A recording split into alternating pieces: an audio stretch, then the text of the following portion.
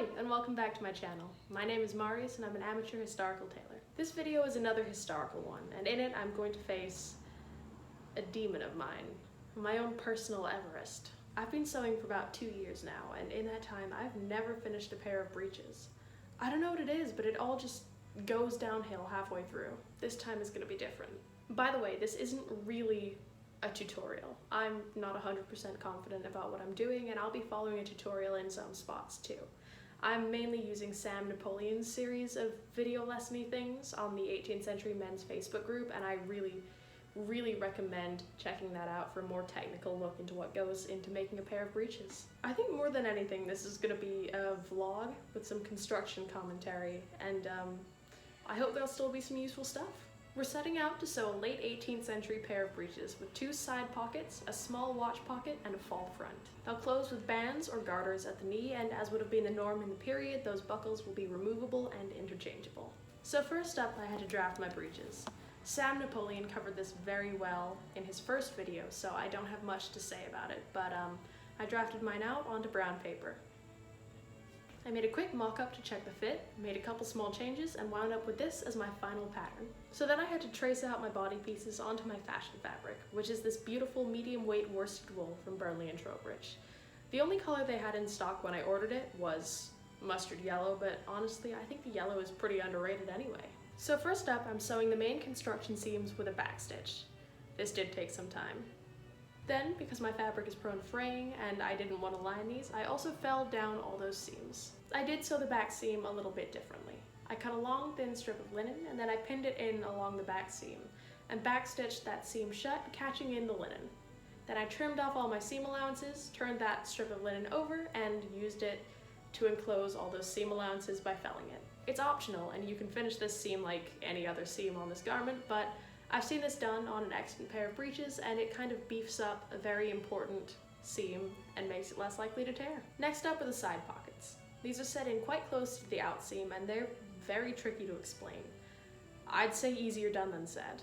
Since this isn't a tutorial, I won't go into much depth on them, but they're covered very well in Sam Napoleon's videos, so again, I recommend checking those out. The pocket bag is made out of unbleached linen folded in half. The front half gets stitched to the fashion fabric to make the flap, and the back half will be stitched to the waistband.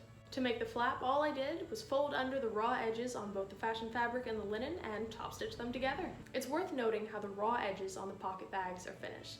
Because they're on the inside of the garment, it's not worth spending too much time finishing them, and so they're just overcast or serged. Next is the lining for the fall. I cut it so that it follows the shape of the fall and then tapers down into the fork. To make the fall, the raw edges on the fall and the corresponding part of the lining get turned under, and then they just get top stitched together. I then caught the bottom of the lining into the fork with a whip stitch and overcast all the other edges. You can herringbone or zigzag stitch down these long edges. However, it messed with the drape of my fabric, which is pretty light, and so I just overcast them and left them loose. Then I backstitched on those little flaps that fill in where the fall was and provide a little extra modesty.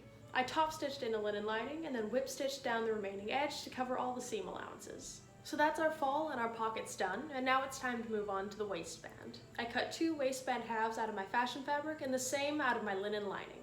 Before I could attach these to the breeches, I had to make a small welt pocket on the right side to fit a pocket watch in. Then the top and side edges of the waistband pieces are folded under, and the lining is top stitched to the fashion fabric.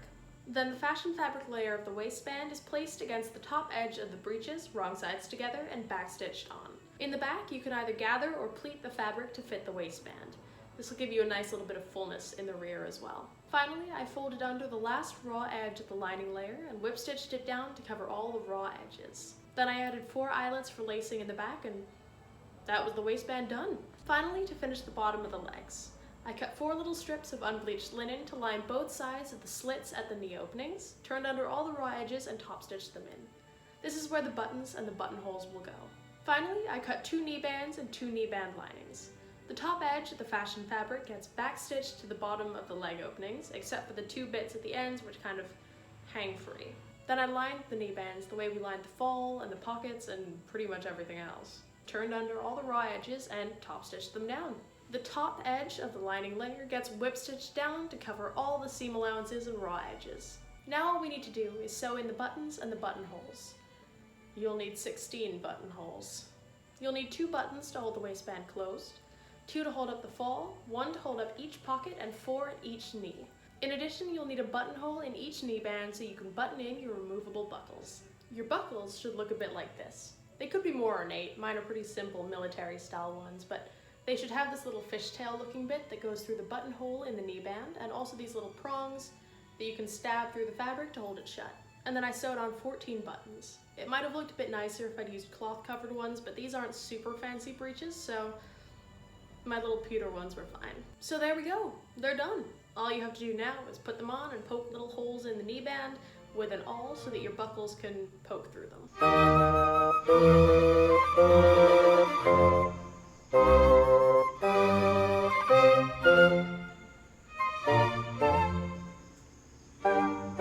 I think I have mixed feelings about these.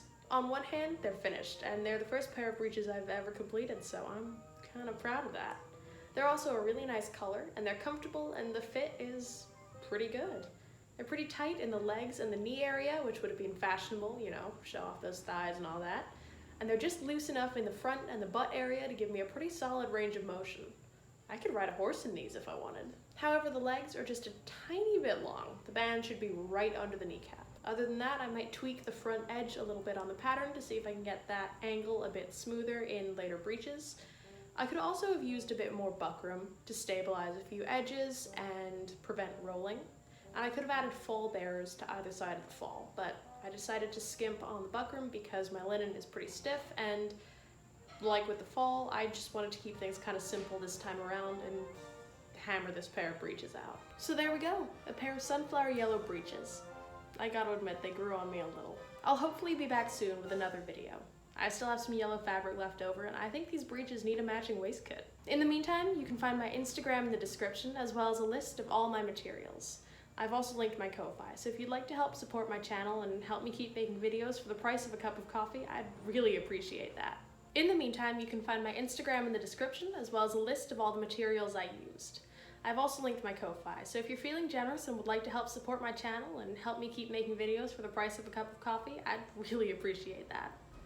Until next time, stay safe and see you soon.